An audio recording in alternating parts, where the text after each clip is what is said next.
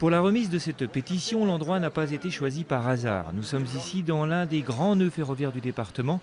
Ici, les trains sont dispatchés dans différentes directions, sauf qu'en Haute-Savoie, il n'y a que des voies uniques, ce qui entraîne forcément un trafic compliqué, insatisfaisant et, il faut bien le dire, délaissé pendant bon nombre d'années. Rajoutez à cela une population en croissance permanente et vous obtenez un sacré ras-le-bol des usagers du train.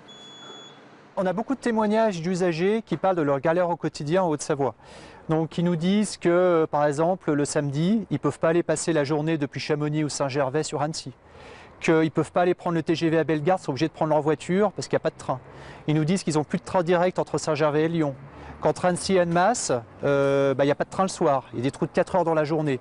Et ils nous parlent aussi de leur vécu au quotidien, du coup, c'est-à-dire qu'ils sont obligés soit de déménager, soit de faire du covoiturage, soit de changer la garde des enfants, et des choses très très concrètes qui sont ressorties de la pétition.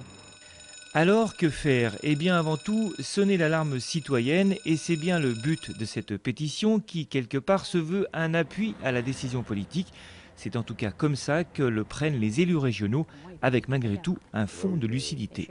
Quand on voit qu'un kilomètre car coûte 3 € et un kilomètre train 18 €, il serait irresponsable de notre part de mettre en place des trains, de faire des commandes à la SNCF de train quand il y a 4 personnes dedans, quoi.